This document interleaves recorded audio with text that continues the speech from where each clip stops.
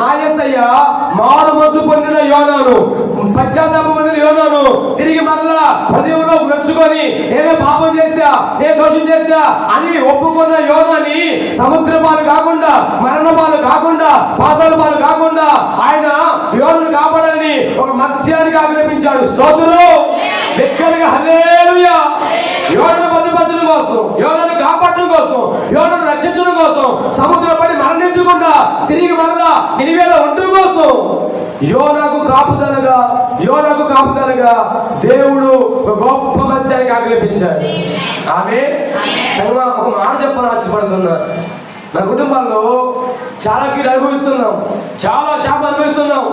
తరతరాల శాపం, పిల్లలేని శాపం, తాగుబోతు శాపం, కుటుంబాల్లో అపవాది క్రియ, కుటుంబాన్ని బంధించే క్రియ అనేకములు ఉన్నాయి.